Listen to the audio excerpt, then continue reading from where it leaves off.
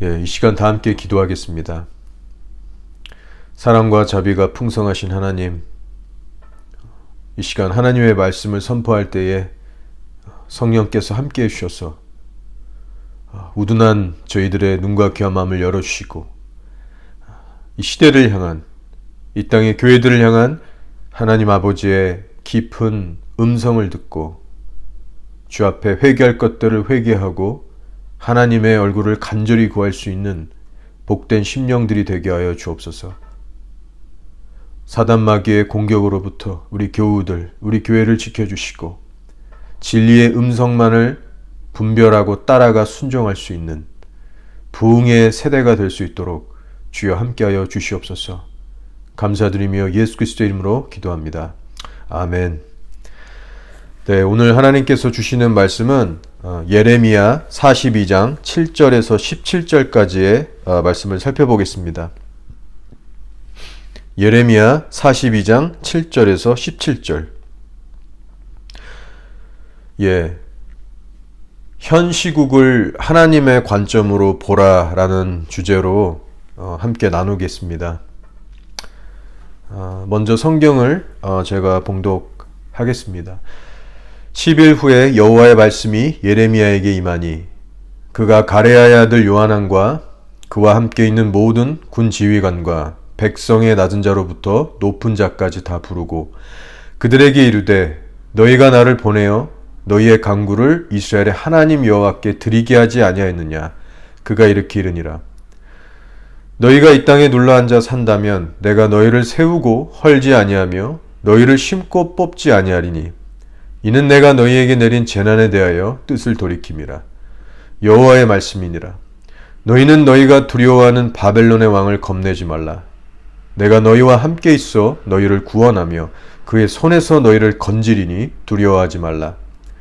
내가 너희를 불쌍히 여기리니 그도 너희를 불쌍히 여겨 너희를 너희 본향으로 돌려보내리라 하셨느니라. 그러나 만일 너희가 너희 하나님 여호와의 말씀을 복종하지 아니하고 말하기를 우리는 이 땅에 살지 아니하리라 하며 또 너희가 말하기를 아니라 우리는 전쟁도 보이지 아니하며 나팔 소리도 들리지 아니하며 양식의 궁핍도 당하지 아니하는 애굽 땅으로 들어가 살리라 하면 잘못되리라. 너희 유다의 남은 자여 이제 여호와의 말씀을 들으라. 만군의 여호와 이스라엘의 하나님께서 이와 같이 말씀하시되 너희가 만일 애굽에 들어가서 거기에 살기로 고집하면 너희가 두려워하는 칼이 애굽 땅으로 따라가서 너희에게 미칠 것이요 너희가 두려워하는 기근이 애굽으로 급히 따라가서 너희에게 임하리니 너희가 거기에서 죽을 것이라. 무릇 애굽으로 들어가서 거기에 머물러 살기로 고집하는 모든 사람은 이와 같이 되리니 곧 칼과 기근과 전염병에 죽을 것인즉 내가 그들에게 내리는 재난을 벗어나서 남을 자 없으리라. 아멘. 자, 오늘은 아가서의 말씀이 아니라 예레미야서를 나누게 됐습니다. 제가 이번 주에 무슨 말씀을 전해야 할까 주님께 기도하면서 인도함을 구했을 때 오늘의 말씀이 떠오르게 해주셨습니다. 저는 그냥 주님께서 인도하시는 대로 매주 선포하고 있습니다. 여러분, 지금 코로나 때문에 나라가 많이 어렵죠. 나라가 많이 어렵습니다. 코로나로 온 나라가 지금 고생하고 있는데 기간으로 봐도 꽤 오래됐습니다. 제가 찾아보니까 자료를 2020년 2월쯤에 코로나 첫 환자가 나온 걸로 이렇게 기록이 돼 있던데 지금이 2021년 11월째가 돼가니까 거의 약 2년이 지나간 겁니다. 2년이라는 긴 시간 동안 이 코로나가 아직도 해결이 되지 않고 있어요.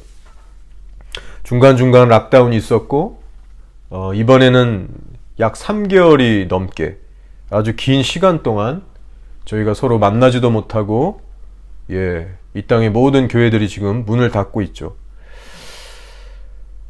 뿐만 아니라 경제적으로 타격 입은 사람들도 한둘이 아니고 게다가 정부가 정책을 아주 그냥 강력하게 하는 바람에 백신이 의무화, 그쵸? 백신 의무화 접종이 됐고, 안 맞으면 이제 직장까지 잃게 되는 상황이 되면서 훨씬 더 어려워지고 있습니다.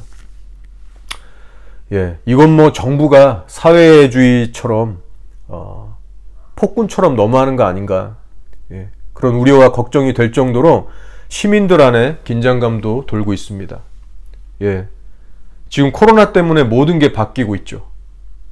학교나 회사 방침들도 영향받고 있고 다 모든 것들이 변화되고 있습니다. 백신 안 맞으면 비행기도 탈 수 없고요. 그래서 뉴질랜드의 과거를 돌아보면 이러한 수준의 국가적인 위기나 어려움이 있었는가? 단 한 번도 없었다는 거예요. 지난 과거의 세대들이 한 번도 경험하지 못한 국가적인 위기를 현재 저 여러분, 이 현 세대가 겪고 있다는 사실입니다. 자, 그런데 여러분, 여기서 중요한 것이 하나 있어요.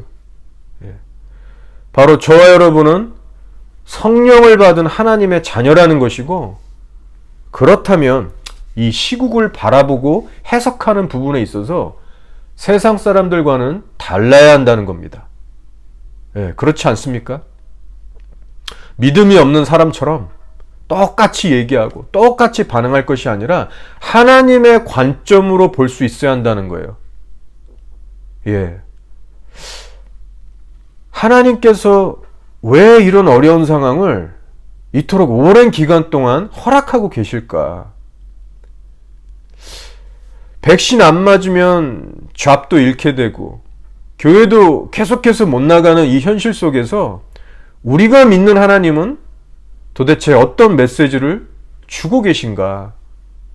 여러분, 여기에 성도로서 집중과 관심을 기울여야 한다는 말씀을 드리는 겁니다. 여러분 한번 잘 생각해 보세요. 우리가 믿는 하나님은 전지전능한 하나님이십니다. 그래서 총리나 정부 위에 계세요. 이 땅의 모든 권세자들 위에 계셔서 모든 상황을 컨트롤하고 계시는 분이십니다. 맞죠? 세계에 날고 긴다는 모든 악인들 위에 계셔서 모든 상황을 통제하고 이끌어 가세요. 여러분, 이 사실을 분명히 믿고 계시죠? 여러분, 심지어 예수님께서 이렇게까지 말씀하셨습니다. 참새 한 마리도 그분의 허락 없이는, 즉 하나님의 아버지의 허락이 없이는 참새 한 마리도 땅에 떨어지지 않을 것이다. 여러분, 하늘을 날아가는 참새 한 마리조차도 하나님의 허락 없이는 떨어지지가 않는데요. 여러분, 이 예수님의 말씀은 결코 과장이 아닙니다.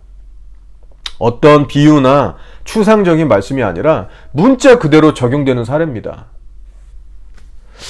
자, 그렇다면 여러분, 한번 제가 질문해 볼게요. 지금 이렇게 스케일이 정말 엄청난 이런 팬데믹이 터지면서 온 나라가 마비되고 교회에는 갈 수도 없는 상황이 되고 백신을 안 맞으면 직장까지 잃게 되는 이 어려운 상황을 대체 누가 허락하신 겁니까? 혹시 하나님이 허락하신 거 맞나요?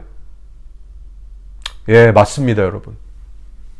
하나님이 허락지 않으시면 결코 이런 일은 벌어질 수가 없습니다. 뭐 한간의 얘기처럼 코로나 바이러스가 최초로 저 중국 우한에서 어떤 사람에 의해 만들어졌다고 해도 그 바이러스가 온 세상에 퍼져나가게 허락하시고, 그래서 그 바이러스 때문에 교회들이 문을 닫고 성도들이 모이지 못하게 되는 이런 상황, 이것을 하나님의 최종적인 허락이 없으면 벌어질 수 없는 일입니다. 그래서 여러분, 욥기를 보시면 사탄도 하나님께 허락을 받고 나서 욥을 칠 수가 있었습니다. 사탄과 모든 악인들의 활동이요, 주님의 주권 아래서 행해지는 거예요. 그리고 사탄이 욥을 쳤을 때 결국은 그 고난까지도 하나님은 사용하셔서 욥을 다루시고 교훈을 주셨습니다. 이것이 성경에 나오는 내용들이죠. 자, 그래서 제가 말씀드리고자 하는 것은 하나님께서 왜 이런 어려운 상황을 이 긴 시간 동안 허락하고 계신가? 이 코로나 때문에 온 나라가 지금 고통받고 있는데 과연 하나님은 이 땅의 교회들에게 어떤 메시지를 주시고 계신가? 여기에 우리의 관심이 가야 한다는 것입니다. 예. 그렇게 하나님의 주권과 인도하심을 믿는 성도라면 이 일이 마땅합니다. 왜냐? 하나님은 반드시 사건, 상황들을 통해서 말씀하시는 분이시거든요. 예. 하다못해 여러분 각 성도의 인생에서도 어떤 질병이나 사건, 사고들을 허락하시잖아요. 그리고 그 사건, 사고, 그 고통의 시간을 통해서 하나님은 분명히 말씀하시는 분이십니다. 여러분도 경험적으로 아실 거예요. 여러분의 인생의 어떤 어려움들, 사건, 사고, 어려운 인간관계 그 모든 상황들을 통해서 여러분에게 말씀하시며 여러분을 낮추시기도 하시고 회개케 하시기도 하고 정결케 하시지 않습니까? 그렇죠? 그러니 여러분 그런 차원의 시각으로 이 뉴질랜드의 시국도 한번 살펴볼 필요가 있다는 것입니다. 예, 특별히 그래서 오늘은 예레미야 말씀을 나눠보면서 현 시국을 어떻게 하나님의 관점으로 바라봐야 하는가 한번 살펴보기 원해요. 자, 여러분의 이해를 돕기 위해서 오늘 우리가 읽은 말씀의 배경에 대해서 간단하게 요약 정리하겠습니다. 우리가 읽은 예레미야 42장의 배경은요, 남유다가 처참하게 바벨론에 의해서 짓밟히고 멸망하게 된 후의 이야기입니다. 예, 예레미야가 그토록 오랜 시간 경고하고 외쳤지만 유다의 왕들과 백성들은 듣지 않았어요. 강팍하게 마음을 굳히고 고집부리면서 하나님의 음성을 우습게 여겼습니다. 예, 결국 예레미야 예언대로 됐어요. 바벨론이 쳐들어와서 점령을 하게 됐습니다. 그때 수많은 백성들이 비참하게 죽거나 아니면 포로로 끌려갔습니다. 예, 유력한 자들은 다 죽이거나 잡혀갔어요. 그리고 이제 유다 땅에는 누구만 남게 되냐면 아무런 소유가 없는 빈민들 중심으로 소수만이 남게 됩니다. 그리고는 이제 바벨론 측에서 유다 총독으로 한 인물을 세우게 되는데 바로 그다랴라는 사람이었습니다. 그다랴.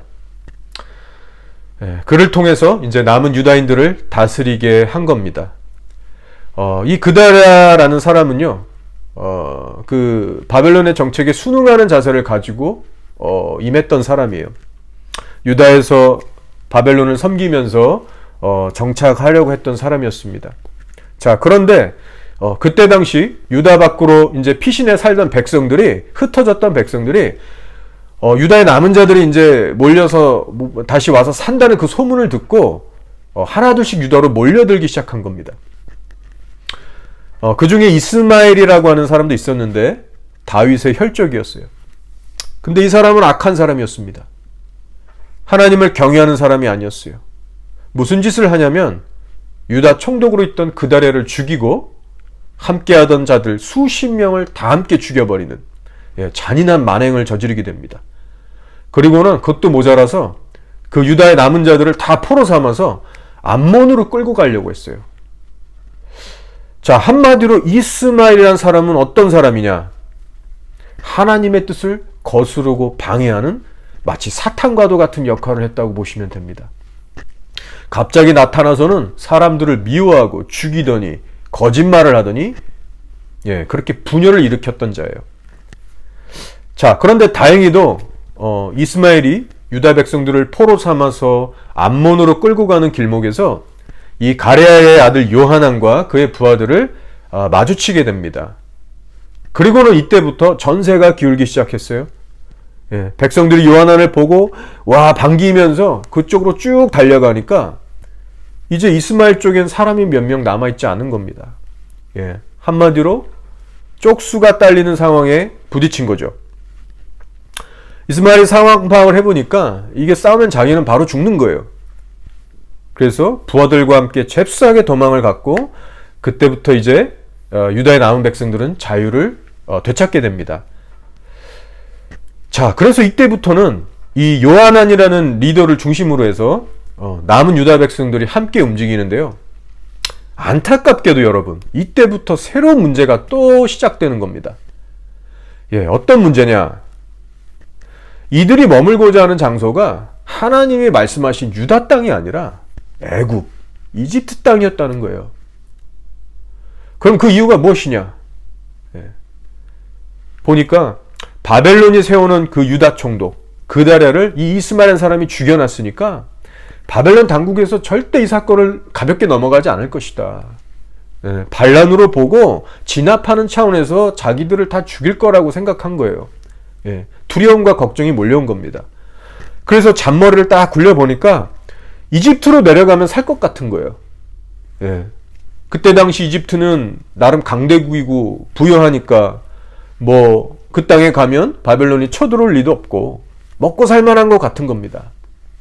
그래서 하나님께 기도로 묻지도 않고 지들 맘대로 계획을 세워가지고 일단 발걸음부터 옮기는데 예레미야 41장 17절에 이렇게 기록되어 있어요. 애굽으로 가려고 떠나 베들레헴 근처에 있는 게롯 기맘에 머물렀으니. 성경이 확실히 기록하고 있습니다. 빼도 박도 못하게 확실히 기록하고 있는 것이 무엇이냐면 이들은 애굽으로 가려고 떠났다는 거예요. 하나님께 묻지도 않고 애굽을 향해서 출발한 겁니다. 마음이 이미 애굽에 가 있어요. 자, 그런데요, 이들이 갑자기 위선적인 행동을 시작하는 겁니다. 갑자기 안 하던 기도를 해보겠다고 하는 거예요. 그래도 자기들이 나름 그 이스라엘 백성인데 기도 한 번 안 하는 게 말이 되냐. 스스로 너무한다고 느꼈던 것 같아요. 하여간 예레미야에게 기도를 갑자기 부탁하는 겁니다. 자, 근데 여러분 보시면 아시겠지만 사실 말이 기도 부탁이지 형식적인 멘트였습니다. 그게 곧 드러나죠. 그래서 예레미야 42장 1절 6절까지가 예레미야에게 기도 부탁을 하는 내용이에요. 시간이 없어서 우리가 다 읽지는 못했지만 간단하게 요약하면 이런 겁니다. 잘 들어보세요. 예레미야 선지자여, 하나님께 우리를 위해 기도해서 우리가 갈 길과 할 일을 알려주십시오. 그러면 어떤 말씀이든지 순종하겠습니다. 우리의 기대와 다른 말씀을 주셔도 순종하겠습니다. 다만 기도해 주시고 뭐라고 하시는지 우리에게 확실히 전해 주소서. 간절하게 기도 부탁을 한 겁니다. 그러니 예레미야가 거절할 리가 없죠. 너무 기특하게 나름 생각이 됐을 수 있습니다. 알았다. 내 기도해 줄게. 10일 동안 열심히 기도했습니다. 그래서 오늘 우리가 읽은 42장 7절부터 쭉 그 내용이 나오기 시작하는 거예요. 10일의 간절한 기도 끝에 하나님께서 예레미야를 통해 말씀을 주신 겁니다. 뭐라고 하셨습니까? 하나님께서 이렇게 말씀하셨어요. 너희들이 유다에 눌러 살면 내가 너희를 세우고 헐지 아니하며 너희를 심고 뽑지 않을 것이다. 야, 너희들 바벨론 왕 겁내지 마. 내가 너희를 불쌍히 여기는 것처럼 그도 너희를 불쌍히 여겨서 해치지 않을 거야. 이 전지전능한 하나님께서 친히 확실한 안전보장을 해주셨습니다. 예레미야를 통해서 확실하게 안심을 시켜주셨어요. 그쵸? 자, 그렇지만 동시에 주신 경고의 말씀이 있었어요. 뭐였습니까? 만약 너희가 나의 말에 복종하지 않고 이집트로 가면 반드시 잘못되리라. 심판이 임하여 다 죽게 될 것이다. 엄중하게 경고하셨습니다. 니들 눈에 더 안전해 보이는 저 애굽으로 가잖아? 그러면 너희는 니네가 두려워하는 칼과 기근과 전염병이 끝까지 추적해서 너희를 끝내 다 죽일 거야. 그 무시무시한 심판에 대해서도 분명하게 경고를 해주셨어요. 자, 그치만 그 말씀을 들은 요한안의 무리들의 반응이 어땠는지 아십니까? 예레미야야, 웃기지 마. 네가 지금 우리한테 거짓말하고 있는 거 다 알아. 너의 동료 바룩이 너를 부추켜서 우리들을 그냥 다 바벨론 손에 넘겨서 죽이려고 하는구나. 하나님께서 그렇게 말씀하실 리가 없다. 너 못 믿겠어. 우리는 예정대로 이집트로 갈 거야. 그때 예레미야를 강제로 이끌고 함께 이집트로 내려가 버립니다. 어이가 없죠, 여러분. 그럴 거면 처음부터 기도 부탁을 하지 말던가. 이거 시간 낭비. 이게 뭐예요, 이게? 결국 하나님 앞에 죄만 더 늘어난 셈입니다. 그래서 이때 예레미야 선지자는 상황을 보면 정말 마음고생했을 거예요. 예. 오죽하면 눈물의 선지자라는 별명을 갖고 있을 정도로 예레미야는 정말 마음이 편한 날이 없었습니다. 이 유다 백성들 사역하면서. 예. 자, 여러분, 이 유다의 남은 자들의 신앙을 한번 살펴보세요. 여러분이 보시기에 이들이 지금 영적으로 살아있습니까? 아니면 죽어 있습니까? 예, 다들 죽어 있잖아요. 그 뭐 어렵습니까? 분별하는데. 그들이 하나님과 예레미야 앞에서 어떻게 반응했는가, 어떤 결정들을 하고 나아갔는가, 이거 보면 그냥 드러나고 있어요. 그들의 영적 상태가. 여러분, 다른 말로 표현하잖아요. 이들은 현 시국에 대해서 하나님의 관점으로 바라보지 못했던 사람들입니다. 자신들의 나라가 왜 바벨론에 의해서 처참하게 박살이 났는지, 왜 자기들이 유다 땅에 남아서 바벨론을 섬기면서 정착해야 하는지, 왜 그런 어두운 시즌을 약 70년 동안이나 보내야 하는지 정확히 이해하지 못했습니다. 예. 영적 무지, 그리고 강팍함 모두 갖추고 있었어요.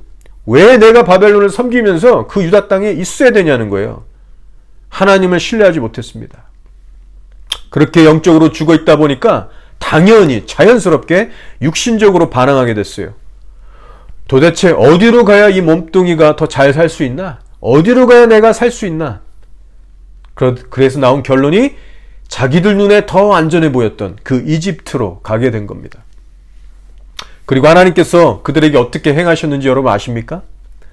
예, 경고하신 대로 그들을 처절하게 심판하셨습니다. 자, 그들이 이집트로 간 그 해로부터 약 19년이 흐른 뒤에 바벨론이요, 엄청나게 강해졌거든요. 이집트를 침공해서 완전히 쑥대밭을 만듭니다. 예. 그 강했던 이집트도 별 수 없어요. 하나님이 바벨론을 몽둥이로 들어서 사용하시니까 그냥 아작이 나는 겁니다. 예. 그때 정착해서 살던 유대인들은요, 다 전멸하게 됩니다.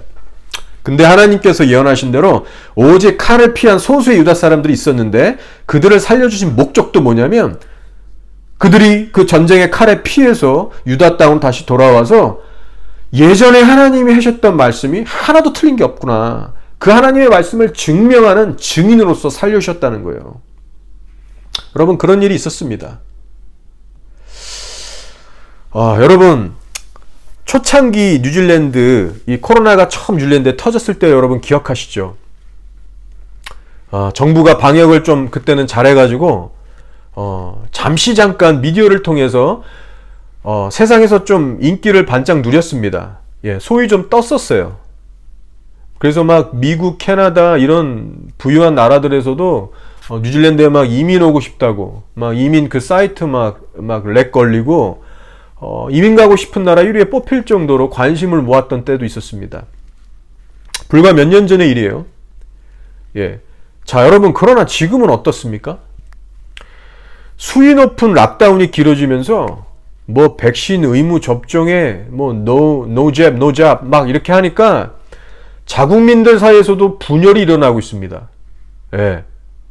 전에 없던 수위로 키위들이 막 거리에 뛰쳐나와서 프로테스트 하고 있어요. 데모하고 있어요. 정부 너 폭군이다, 조종하지 말라, 자유를 달라. 예, 이제는요 오히려 해외로 탈출하고 싶어하는 사람들까지 생기는 겁니다. 그래서 여러분, 이런 사람들의 반응을 가만히 살펴보면요, 매우 단순하고 1차원적이라는 사실을 발견하게 됩니다. 예, 물론 인간적으로 보면 충분히 이해가 가죠. 예, 예수 믿는 저희들도요, 뭐 혼적, 육적으로만 반응하면 이들과 똑같이 반응할 겁니다. 그쵸? 육신의 눈에 보이는 환경대로, 내 본능이 요구하는 대로, 충동질 하는 대로 반응하면 저희도 똑같을 거예요. 예. 여러분, 예를 들어서 창세기에 나오는 롯을 한번 떠올려 보시기 바랍니다. 롯이 아브라함과 헤어질 때가 왔잖아요. 서로 가진 소유가 많아서 그 목자들이 다퉜기 때문에 우리 좀 갈라서자, 이렇게 이제 제안이 됐습니다. 근데 여러분, 롯이요, 하나님께 신중하게 기도 안 하고 신중하게 분별하지 못한 결과 그가 선택한 땅은 어떤 땅이었습니까? 눈에 좋아 보이는 대로 넉넉하고 풍요로운 땅을 선택했어요. 가지 말아야 될 땅으로 갔고요. 결국 소돔 땅까지 흘러가게 됐습니다. 예. 그리고 훗날에 어떤 비참한 일을 당하게 됩니까? 그 가정에 큰 비참한 일을 당하게 되잖아요. 아내는 소금 기둥이 돼버리고 두 딸과 함께 겨우 동굴로 숨어서는 술에 취해서 애를 낳아버리는, 자식의 애를 낳아버리는 그런 비극이 일어나지 않습니까? 따라서 성도 여러분, 눈에 보이는 환경이 다가 아니라는 것을 어떠한 상황 속에서도 우리들은 명심해야 합니다. 여러분, 우리의 어떤 육적인 지혜 혹은 경험, 판단으로 살다가는요 반드시 망하는 길로 가게 됩니다. 특별히 이렇게 수많은 미혹과 분열과 환란이 있는 이런 마지막 시대를 살아가는 성도들에게는 하나님의 음성을 잘 분별해서 한 걸음 한 걸음 정말 신중하게 성령의 인도함만 따라가는 그 발걸음이 너무나도 중요한 거예요. 자, 여러분, 오늘의 말씀에 나오는 이 예레미야의 시대와 지금 뉴질랜드의 현 상황에 있어서 어떤 유사점들을 여러분 발견하고 계십니까? 여러분, 바로 남유다나 뉴질랜드나 지금 온 나라 전체에 위기가 찾아왔다는 것이 공통점입니다. 바벨론에 의해서 남유다의 일부 지역만이 아니라 온 나라 전체가 뒤집어졌잖아요. 그쵸? 근데 지금 뉴질랜드도 보세요. 코로나라는 질병과 또 그에 따른 정부의 정책 때문에 온 나라가 몸살이를 하고 있지 않습니까? 일부 지역의 일이 아닌 거예요.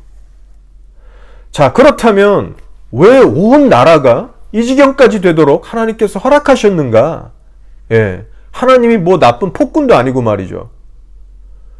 그렇다면 그 자비하시고 사랑 많으신 하나님께서 왜 이런 상황을 허락하셨는가? 거기에는 반드시 주님만의 이유가 있다는 겁니다. 여러분, 그 이유가 뭔지 아십니까? 여러분, 바로 이 땅의 죄 때문이에요. 죄. 여러분, 예레미야 시대에 남유다의 죄가 하늘을 찔렀습니다. 하나님께서 유다의 그 부패한 본성, 그 탐심, 정욕, 우상 숭배대로 사는 그 찌든 삶을 보시고 차라리 소돔이 더 낫다고 하셨어요. 심판이 떨어질 수밖에 없었던 겁니다. 여러분, 이런 각도에서 현 뉴질랜드의 시국을 바라볼 필요가 있다는 겁니다. 지금 하나님도 모르고 죄에 대해서, 거룩에 대해서 관심 전혀 1%도 없는 세상 사람들은 단순히 지금 이 시국을 볼 때 어떤 정부의 정책에 대해서 왈가불가하거나 아니면 코로나 자체에만 초점을 맞출 거예요. 그러나 여러분, 우리는 성도입니다. 죄에 대하여 심판하시고 징계하시는 그 거룩하신 하나님을 믿는 성도라고요. 그러면 달리 봐야 되는 겁니다. 하나님 앞에서 지금 이 땅의 죄가 얼마나 관영했는가? 또 뉴질랜드의 교회들의 영적 상태가 얼마나 주님 보시기에 미지근하고 악하고 부패했는지에 대해서 이런 것들을 돌아보고 회개하고 돌이켜야 하는 시간대가 바로 지금이라는 겁니다. 이렇게 오랜 기간 온 나라가 마비되게 하시고 고통받게 하시고 교회들도 예전처럼 모일 수가 없게 되는 이런 지경에서 저와 여러분, 우리 교회들이 우선시해서 점검해야 할 것은 다른 게 아니라 특별히 교회들의 죄에 대한 부분이라는 겁니다. 세상을 탓하기 이전에 먼저 우리 교회들의 죄를 돌아볼 수 있어야 돼요.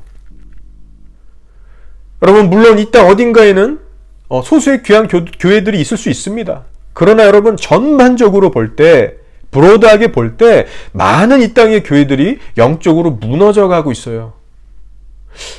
그래서 혹시 우리 교회도 그런 교회는 아닌가? 여러분, 두렵고 떨림으로 돌아볼 수 있어야 됩니다. 현지 교회들을 살펴보니까요, 청년들이 거의 없고 노인들로만 꽉 찼습니다. 꼭 저기 지방 시골에 가지 않아도 북쪽 중심지에 있는 교회를 가봐도 노인들이 많아요. 제가 교회 렌트 알아보면서도 그런 것들이 이제 눈에 보이더라고요. 여러분, 그만큼 지금 이 땅의 교회들 안에 또 각 가정들, 믿음의 가정들 안에 하나님의 임재가 사라지고 있다는 것이고요. 생명력이 점점 사라지고 있다는 거예요. 복음의 능력이 그만큼 쇠퇴하고 있으면서 다음 세대가 죽어가고 있다는 반증이 되는 겁니다. 예. 죄를 버리게 하고 거룩하게 살게 하는 하나님의 그 주시는 회개의 은혜가, 그 능력이 교회 안에서 너무 희귀한 것이 되는 거예요. 되고 있는 거예요. 그래서 정말 이 땅에 거룩하게 살고자 하는 성도들이 그 수가 얼마나 될까 생각해 볼 때 별로 자신이 없어지는 겁니다. 게다가 주위를 살펴보세요. 여러분, 동성애를 인정하는 말도 안 되는 거짓 목사들이 버젓이 지금 목회자를 꿰차고 있습니다. 지금 수많은 영혼들을 지옥으로 몰아가고 있어요. 예.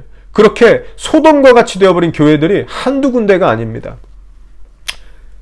제가 예전에 여기서 다녔던 신학교만 봐도 얘기를 들었는데 예전에 비해서 이상한 교수들이 더 늘었다라고 하더라고요. 이상한 말도 안 되는 소리 주장하는 그 교수들.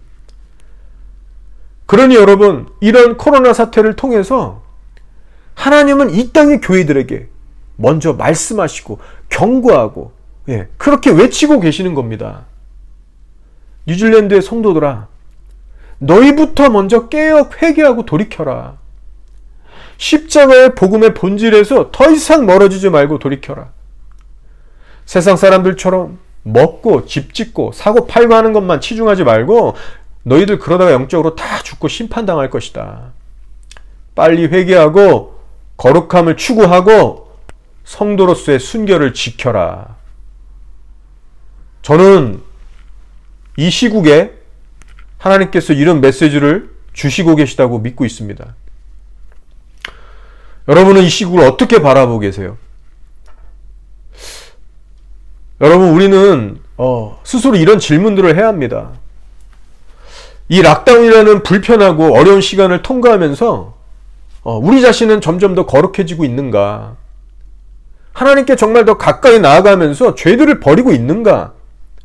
아니면 정말 영적으로는 무감각해서 죄에 대해서 완전히 그 무감각한 세상 사람들처럼 정부 탓, 환경 탓만 하고 있지는 않은지 여러분 반드시 우리 자신을 점검해 볼 필요가 있어요. 제가 이번 주에 무슨 말씀을 전해야 할까 하나님께 기도하면서 고민했어요. 간절히 기도했습니다. 근데 생각지도 않았던, 전혀 묵상하고 있지도 않던 이 예레미야 말씀이 떠오른 거예요. 그리고 풀어지게 하셨습니다. 저는 믿어요. 우리가 들어야 할 말씀이라고. 여러분, 제가 이번 주에 백신 2차를 맞고 이제 다 더블 접종을 이제 했습니다. 근데 2차를 맞고 나니까 심장 쪽이 콕콕 찌르는 통증이 왔어요. 그래서 의사를 찾아갔습니다.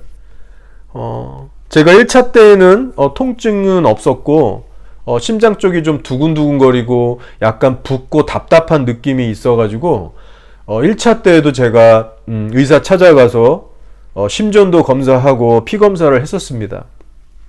이상은 없었고요. 한 하루 이틀 가니까 저절로 괜찮아졌습니다.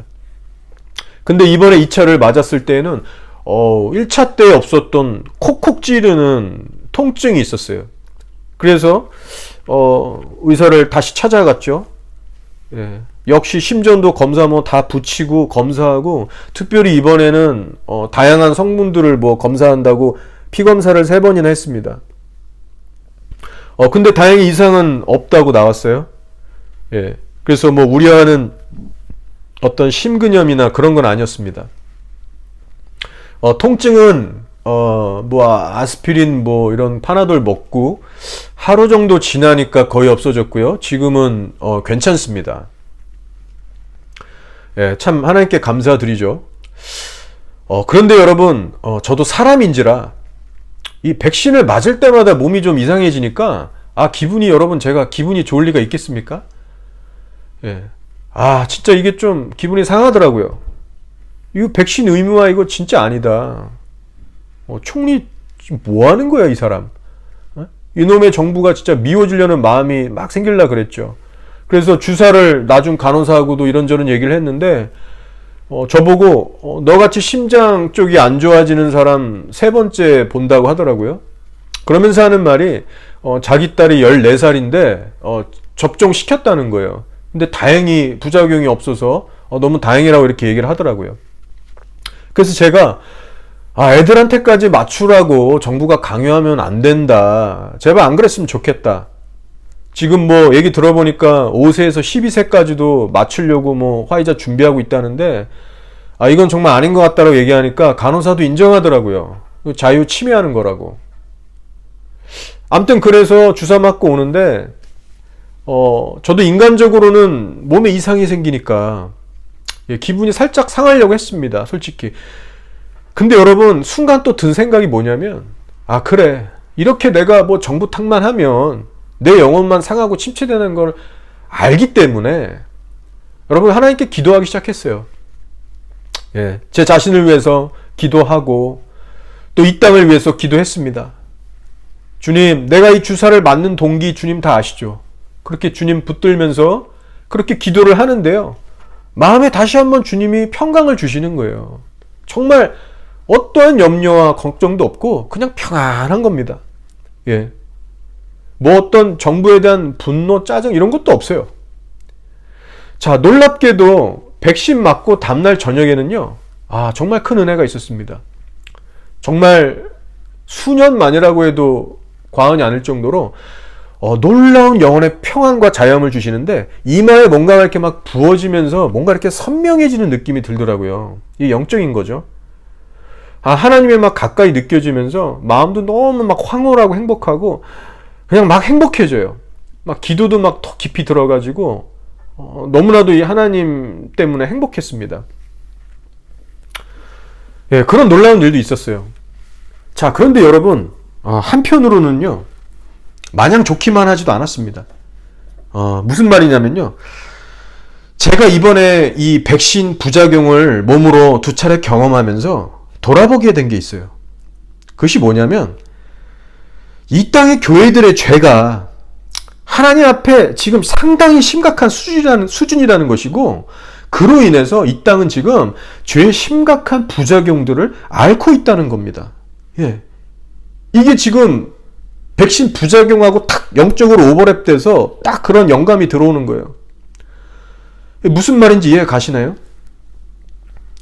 그러니까 믿음의 윗세대들, 그리고 지금 이 땅의 현 세대를 포함해서 교회들이 빛과 소금의 사명을 감당하지 못했던 세월이 길어지다 보니까 그만큼 사탄이 자기의 영역들을 확장해 나가면서 이 사회에는 죄악이 관영하기 시작하는 겁니다. 지금 이 땅의 어떤 부패함이요, 한순간에 이루어진 게 아니라는 거예요. 물론 이것이 어떤 이 땅의 부패함이 교회들의 전적 100% 책임이다, 그렇게 말할 수는 없을 거예요. 악인들의 책임도 분명히 어느 정도 있을 겁니다. 그렇지만 이 땅의 교회들의 무너진 현재의 영적 상태를 볼 때 분명히 책망받을 부분이 있다는 사실이에요. 자, 일단 예수를 믿는다는 성도들의 가정부터 볼까요? 믿는다는 부모님들부터 자아를 꺾지 않고 혈기와 다툼을 벌이지 않고 말씀과 기도로 깎여지지 않으니까 여러분, 세상 사람들과 똑같이 살아가는 거죠. 그러면 자녀들이 그 부모를 보면서 도저히 회심할 수가 없는 겁니다. 하나님을 경외하는 것, 하나님 앞에 범죄하는 것이 얼마나 두렵고 정말 저주를 불러들이는 일인지 여러분, 그런 감각을 가질 수가 없는 거예요. 뻑하면 목소리 높이고 술, 담배 하고 혈기 부리는데 저런 하나님이면 나 안 믿고 살아. 여러분, 부모님들의 모습 때문에 자녀들이 신앙의 흥미를 잃어버립니다. 도전을 못 받아요. 그럼 그걸로 끝이 아니죠. 자녀들이 밖에 나가서 사회생활하고 친구들하고 어울릴 때 바른 길로 가겠습니까? 여러분, 공부를 잘하건 못하건 간에 육신의 본성과 세상의 유행을 따라 가게 돼 있어요. 공부를 잘하고 돈을 잘 버는 거하고 상관이 없습니다. 그렇게 될 수도 있고 안 될 수도 있어요. 근데 본질적으로, 신앙의 본질적으로 떠나 있기 때문에 자기의 야망과 뜻을 살아가게 됩니다. 결코 하나님의 영광을 위해서 살지 않아요.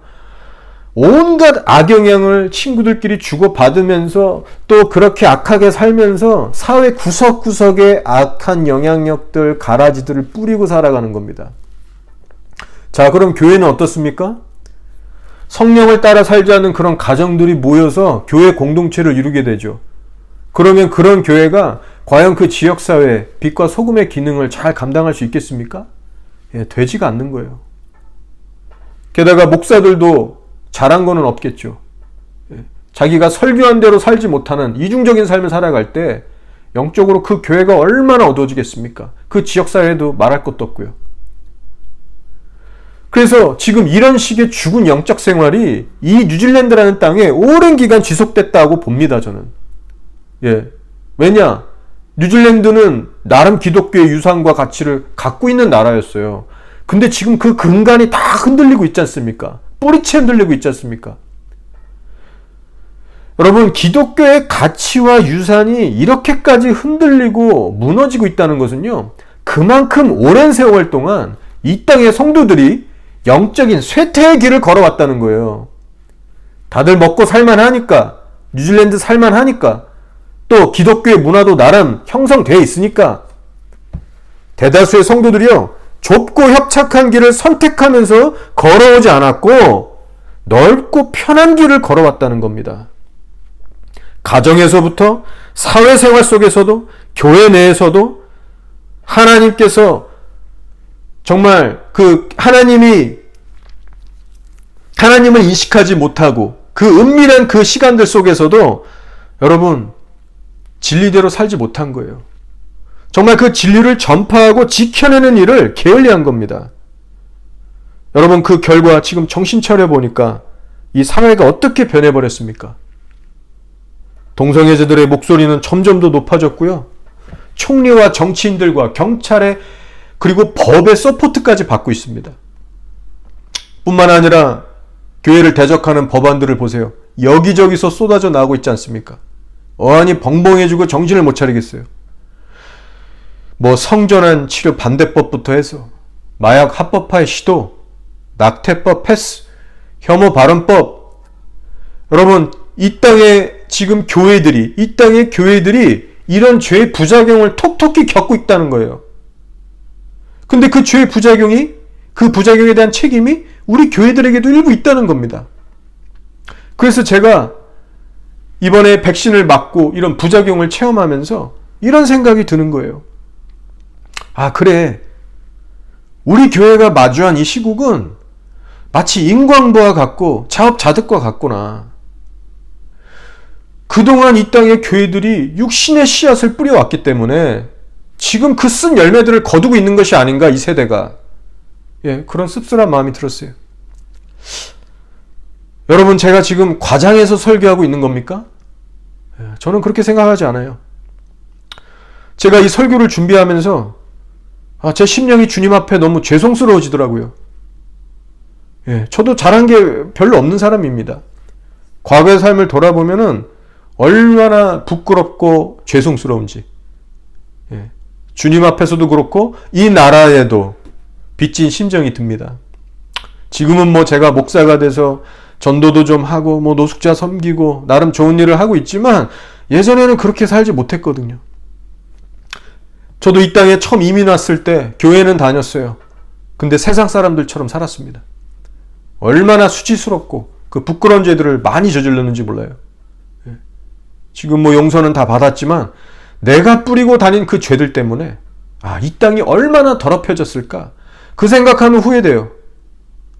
예, 이 땅이 이렇게까지 타락한 데에 제가 일조한 겁니다.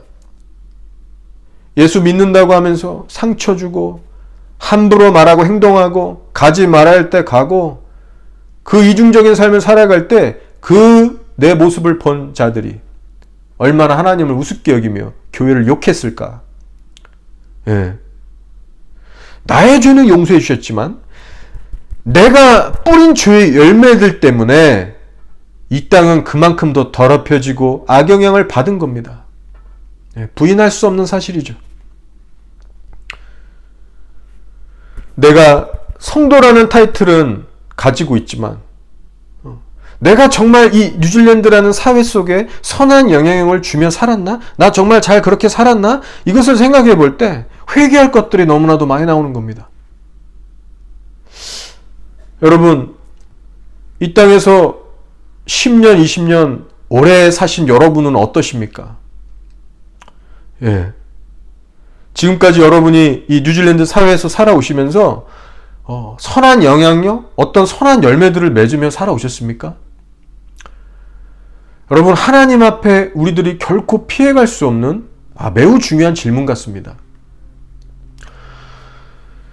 교회 여러분, 세상 사람들은요, 이 코로나 시기에 우왕좌왕 현상만 바라보면서 그렇게 떠들고 있지만, 여러분, 우리는요, 그 배후에 계신 거룩하신 하나님을 바라보면서 우리들의 죄, 그리고 이 땅의 교회들의 죄를 위해서 진심으로 회개하기 원합니다. 예. 저는 이 방향성이 맞다고 믿어요. 여러분, 저희의 모국은 한국이지만 뉴질랜드는 저와 여러분의 제2의 고향과도 같은 제2의 나라입니다. 따라서 여러분, 이 땅에 지금 이렇게 어려움을 겪고 있을 때에 여러분 욕만 하지 마시고 바로 이 땅의 교회들과 이 나라의 미래를 위해서도 간절하게 기도하시기 바랍니다. 그것이 성도의 마땅한 자세예요. 특별히 이 코로나 기간에 여러분 자신과 여러분의 가정부터 돌아보시면서 여러분 철저히 회개하시고 버릴 것을 버리면서 하나님과의 관계를 깊게 회복해 나가시기를 바랍니다. 먼저 우리 성도들의 죄가요, 하나님 앞에 회결되고 화목한 관계가 돼야만 그때 우리들의 기도를 들으시고 이 땅을 치유하실 겁니다. 역대하 7장 14절의 말씀이죠. 내 이름으로 일컫는 내 백성이 그들의 악한 길에서 떠나 스스로 낮추고 기도하여 내 얼굴을 찾으면 내가 하늘에서 듣고 그들의 죄를 사하고 그들의 땅을 고칠지라. 아멘. 회개와 돌이킴만이 유일한 해결책이요 답입니다, 여러분. 그래서 오늘 말씀도 보면요, 바벨론에게 남유다 온 나라가 초토화된 이유는 다른 거 아니었어요. 바로 죄 때문이었습니다. 그리고 하나님께서는 유다 땅에 머물러 하셨어요. 기한도 70년으로 딱 정하셔서 머물게 하셨습니다. 여러분, 여기에는 어떤 의미가 있습니까? 바로 지금 너희 세대와 그리고 너희 윗세대가 저지른 죄에 대해서 하나님 앞에 진실로 애통해하고 회개하면서 겸비한 마음으로 한번 살아가 봐. 그런 하나님의 뜻이 있는 거예요. 원수 같은 그 바벨론의 감시 체제 아래서 너희가 살아가는 것이 고역되고 싫고 어렵겠지만, 그러나 회개하고 낮아진 심령을 가지고 그 회파된 성전을 바라보면서 하나님만을 바라보며 살아보라는 거예요. 지금은 그러할 때다. 너희들의 진심 어린 회개의 삶과 순종을 내게 보여라. 그러면 내가 회복의 때를 반드시 줄 것이고 너희와 함께 할 것이다. 하나님은 이 뉴질랜드 땅에 무너져가는 교회들을 보시면서 이 땅의 성도들에게도 동일한 음성을 주고 계실 겁니다. 너희도 겸비해서 내 앞에서 한번 살아가 봐. 그러면서 이 땅을 위해 부르짖고 기도해 봐.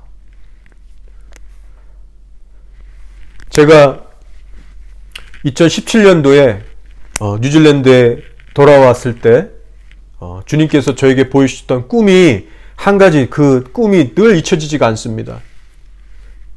여러 번 나눴죠. 빙하 같은 큰 장애물에 큰 배가 걸려서 꼼짝없이 다 기울어져 가서 곧 침몰할 것처럼 보이는 그 큰 흰 배를 보여주셨는데 거기에 뉴질랜드라고 써 있었어요. 정확하게. 흰 배였는데 뉴질랜드라고 써 있었어요. 바로 이 땅의 교회들의 영적 상태를 보여주신 겁니다. 세상 뉴질랜드가 아니고 교회를 상징하는 거예요.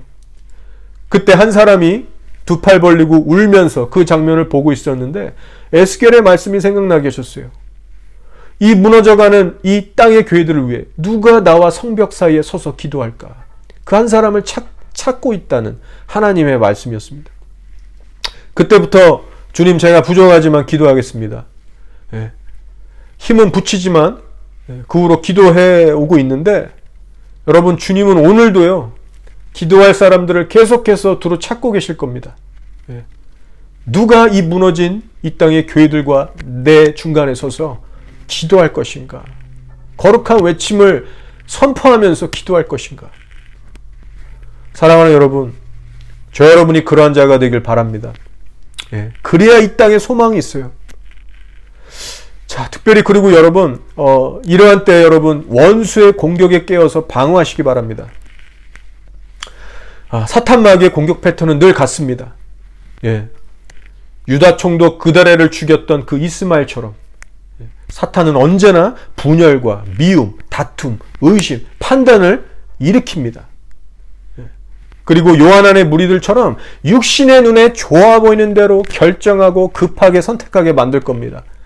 따라서 혹시 코로나 사태로 인해서 여러분의 삶과 가정에 이러한 일들이 벌어지고 있다면 오늘부터 경계하시고 돌아보시고 대적하시기 바랍니다.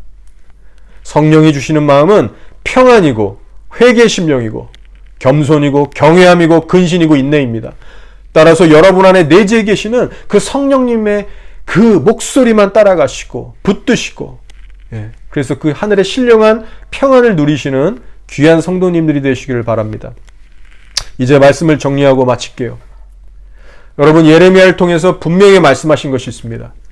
너희가 만약 유다 땅에 남으면 내가 은혜를 베풀 것이고 잘 정착하게 해주겠다 약속하셨습니다. 바벨론의 왕이 너희를 불쌍히 여기기 위해서 이 땅에서 살아가게 할 것이다. 여러분 이것이 무엇입니까? 바로 심판이나 징계의 기간에도 하나님께서 베푸시는 은혜와 자비가 있다는 사실이에요. 단 조건이 있다면 하나님의 인도를 받고 순종하는 성도에게만 베푸신다는 겁니다. 따라서 여러분 앞으로 이 땅에서 무슨 더 심각한 환난과 사고가 일어나든지 간에 여러분 요동하지 마시고 먼저는 하나님의 뜻을 물으시면서 순종에 애쓰시기를 바랍니다. 그러면 여러분의 인생은 걱정할 게 없어요. 하나님의 손에 붙들려서 그분의 인도함을 받고 돌파하고 형통하게 될 겁니다. 물론 이 말은 여러분의 삶에 고난과 핍박이 없을 거란 말은 아니에요. 그러나 영적으로 볼 때 부요한 인생, 좀 하나님 보시기에 합당하고 기뻐하시는 인생이 될 겁니다. 따라서 여러분 아무것도 두려워하지 마시고 걱정하지 마시고 오직 하나님의 말씀에만 청종하시면 됩니다. 마지막으로 이런 마지막 때에 여러분 한 분 한 분이 예레미야 선지자와 같은 자들이 되시기를 축복합니다. 우리가 정말 별 볼 일 없는 사람들인데 예레미야를 닮는다는 얘기가 너무 거창해 보이지만 여러분 그 발자취를 그래도 따르자는 거예요. 여러분 예레미야를 한번 보세요. 그 멸망한 이스라엘 곁을 끝까지 떠나지 않았습니다. 바벨론으로 와라. 같이 가면 선대해 줄게. 좋은 제의를 받았는데 거절했습니다. 유다에 남았어요. 근데 몸만 남은 게 아니라 그 마음에서부터 무너진 이스라엘과 함께 있었습니다. 여러분 이것이 바로 진짜 남은 자의 영성이라는 거예요. 끝까지 따라가서 곁에서 기도해주고 욕을 먹을지라도 들은 경고의 말씀을 가감없이 전달했습니다. 그리스도의 남은 고난을 자신의 육체에 채웠던 사람이에요. 여러분 이 뉴질랜드 땅에는 이런 예레미야 같은 성도들이 반드시 필요합니다. 여러분 한 분 한 분이 그러한 자가 되시기를 바랍니다. 여러분 그러한 차원에서 여러분의 마음에 이 땅에 무너져가는 교회들을 향한 하나님의 탄식과 비통함의 눈물이 더욱더 부어지기를 꼭 구하시기 바랍니다. 그 은혜를 꼭 구하세요 여러분. 저도 부족해서 주님께 구하고 있습니다. 우리가 이 땅을 위해서 중보기도도 한다고 하지만 여러분 우리들의 마음에 사실 얼마나 사랑이 부족하고 탄식이 부족하고 썰렁하고 비어 있습니까? 그래도 난 어느 정도 나라 위해 기도하고 있으니 됐어. 이걸로 만족해. 그럼 할 말 없어요. 그러나 여러분 형식적이고 메마른 심령으로 기도하면 여러분 그걸로 만족하십니까? 우리는 반드시 교회를 향한 주님의 마음을 지속적으로 간절히 구해야 될 필요가 있어요.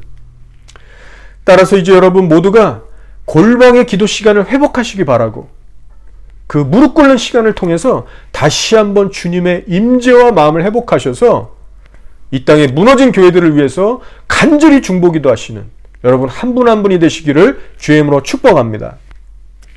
여러분 기억하세요. 마지막 때 저희 교회는요 유람선과 같이 편한 신앙생활을 즐기는 것이 아니라 전투적인 군함과 같은 교회가 되길 간절히 소망합니다. 예. 싸울 줄 아는 교회, 굳건하고 견고한 교회가 되길 원해요. 주님은 이 시대에 반드시 그러한 교회를 찾고 계시며 기대하고 계실 텐데 저희가 그렇게 되어지기를 간절히 소망합니다. 아멘. 자, 이 시간 다 함께 기도하겠습니다. 이 시간 앞서간 교회들의 죄와 우리 세대의 죄를 놓고 하나님 앞에 회개하며 낮아지기 원합니다. 성령께서 이 시간 우리와 함께 해주셔서 우리들의 마음이 진정 겸비해질 수 있고 애통하며 회개할 수 있기를 여러분 간절히 구하시면서 생각나게 하시는 여러분의 죄, 그리고 여러분의 가정의 죄들, 교회의 죄들을 놓고 기도하시기 바랍니다. 그리고 여러분 하나님의 용서와 회복을 위해서도 기도하시기 바랍니다. 주님, 이 땅의 교회들을 포기하지 마시고 다시 회복시켜 주셔서 주의 영광을 드높이게 하소서. 코로나로 침체된 이러한 시기에 이 땅의 교회들의 각성과 회개가 일어나 하나님 앞에 영적으로 회복되게 하소서.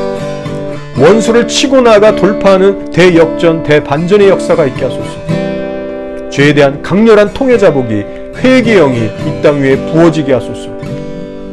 또한 우리 교회도 주 앞에 더욱 거룩하게 단장되어서 이 오클랜드에서 방황하는 영혼들을 예수님께 인도하며 거룩하고 강한 군대로 일어설 수 있도록, 그로 인해서 하나님께서 맡기신 사명 잘 감당하는 교회가 되게 해달라고 여러분 또한 기도해 주시기 바랍니다. 그렇게 이 땅의 교회들과 우리 교회 부흥을 놓고 이 시간 다 함께 기도하며 나아가겠습니다.